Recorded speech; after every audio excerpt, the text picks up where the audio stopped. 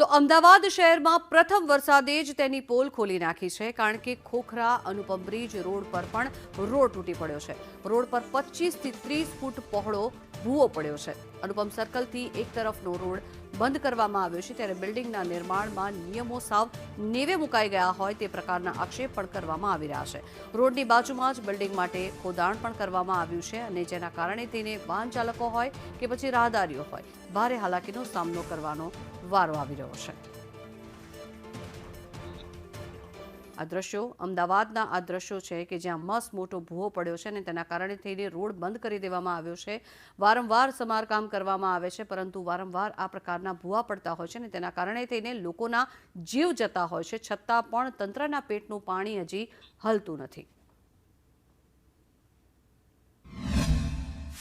અમદાવાદ ભૂવાવાદ બની રહ્યું છે। એક જ વરસાદ બાદ અમદાવાદમાં ઠેર ઠેર હાલાકીના દ્રશ્યો સામે આવી રહ્યા છે।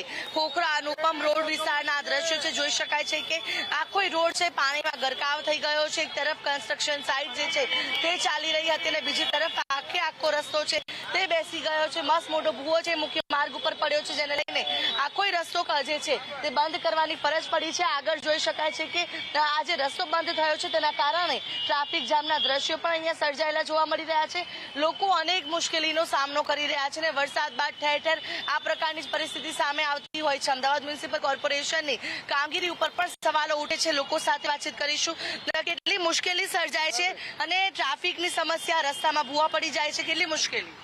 બેન, આ જે તમે કહો છો ને કે આ વરસાદના હિસાબે આ ટ્રાફિક થયું, આ ભૂવા પડ્યા, આ ભૂવા પડી ગયા બેન, બરાબર છે, પણ હવે અત્યારે શું જોખમ છે કે આ જે બિલ્ડિંગો છે ને એ બી ધરાશાયી થશે। આ નજીક જ છે, તમારા જે બી હોય ને એને બોલાવો ને આ માપી લો કે કેટલા અંતરની અંદર બિલ્ડિંગ દૂર છે। કેટલી મુશ્કેલી આપણે સર્જાય, ટ્રાફિકનો સામનો કરવો પડે છે, રસ્તા બેસી જવાનો ભય રહે છે। ટ્રાફિક તો સમજ્યા, પણ આ જોખમ છે, આ બધી બિલ્ડિંગો હેઠી પડશે। શું કેવું છે, કેટલી સમસ્યા સર્જાય છે, મુશ્કેલી કેટલી સર્જાય છે? મુશ્કેલી તો બેન ઘણી બધી સર્જાય છે। આ રસ્તામાં વન વે કરેલો છે, બરાબર છે, આગળ સારંગપુર બ્રિજનું કામ ચાલે છે, એના કારણે એના અનુસંધાને વન વે કરેલો છે।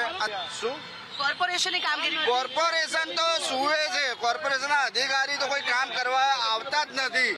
મેટ્રો સ્ટેશનની નીચે જે કામ ચાલે છે 3 મહિનાથી ચાલે છે, ત્યાં કોઈ જોવા સુધી નથી આવતું કે ભાઈ અહીંયા પબ્લિક જનતા પડી જશે, મરી જશે, એનું શું? બિલકુલ, તો પરિસ્થિતિ એવી છે કે લોકો અત્યારે હેરાન પરેશાન થઈ રહ્યા છે।